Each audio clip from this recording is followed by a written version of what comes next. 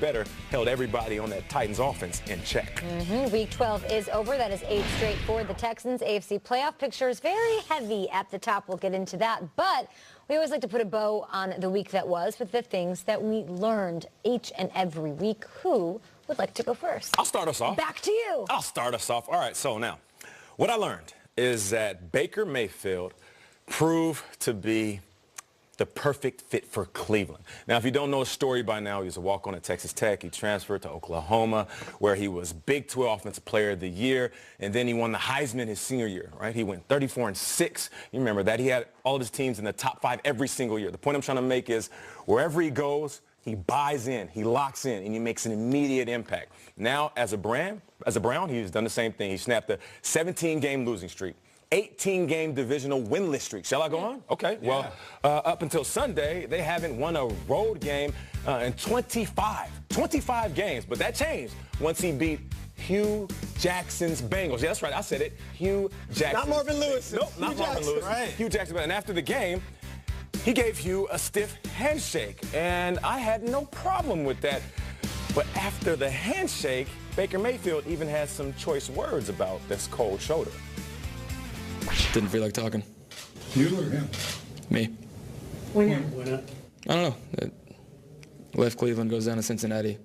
I don't know. That's just somebody that was in our locker room asking for us to play for him and then goes to a different team. We play twice a year. Everybody can have their spin on it, but that's how I feel. Twitter was ablaze yesterday, a lot of conversation. Even Baker joined in. Here's the thing. I'm not saying that Baker should be upset that Hugh took a job with the rival. What I am saying is that you don't have to be upset with him if he don't hug it out with him as his ex-coach. We are living in an era of jersey swap and autograph sharing. Hey, yo, how's your family? High five and hugs after the game. Sun Tzu wrote, if I let go of what I am, I become what I might be. Art of War.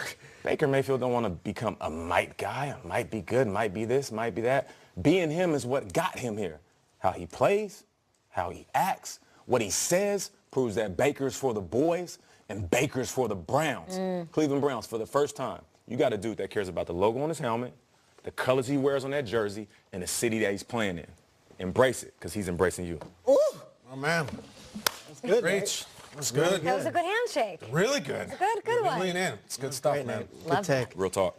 We hear the term football is family a whole lot on our show, but this week I learned the gravity and the depth of that phrase. Down in Dallas, the Cowboys are on a special run, 3 games straight, and this might end up being a very special season. They got a rookie wide receiver named Michael Gallup. He's one of the most beloved players on the team. He's a 3rd rounder out of Colorado State, and he has endeared himself to everyone in that locker room, everyone in that organization with hard work, a smile on his face every day, and a toughness that is displayed on the field and off. Gallup had 2 big grabs in Week 10, and then in Atlanta in Week 11, he was on the field for that awesome final drive when Dak took him down and they made a field goal to win the game.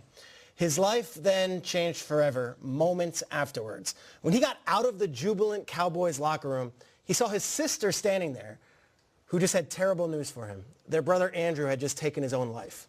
Gallup stood there, frozen with grief, with his sister standing outside a locker room that is celebrating after the biggest win of the season.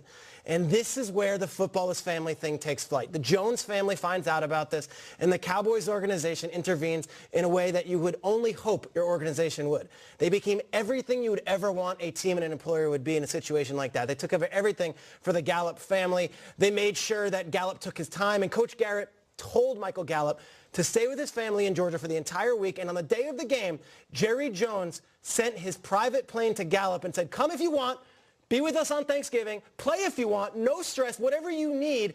But if you want to be with your teammates, if you want to play, we're here for you. Gallup decided he would take that flight. He did play on Thanksgiving. He played well. And in a week where he was grieving the loss of his brother, he was on the field with his football family in a huge win.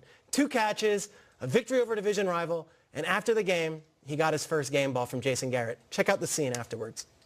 And we had a guy who I think demonstrated the mental toughness maybe as much as anybody. Got some really difficult news as we came into the locker room last week in Atlanta. And he came back Tuesday night, and I'll tell you what, he's an inspiration to me and everybody.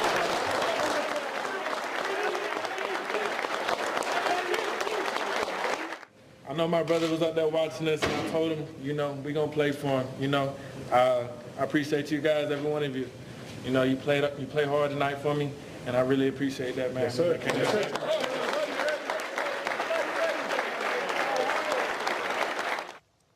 Hey, that's special stuff. And for all the fantasy football talk and the hot takes and everything we do in our football world, sometimes reality intervenes. And that's where the idea of team, family, and love takes over. Hats off to the Cowboys. Hats off to Jason Garrett and Jerry Jones. Hats off to those players, but also hats off to Michael Gallup. Football is family. I love that story, and I love what Michael Gallup has ahead of him.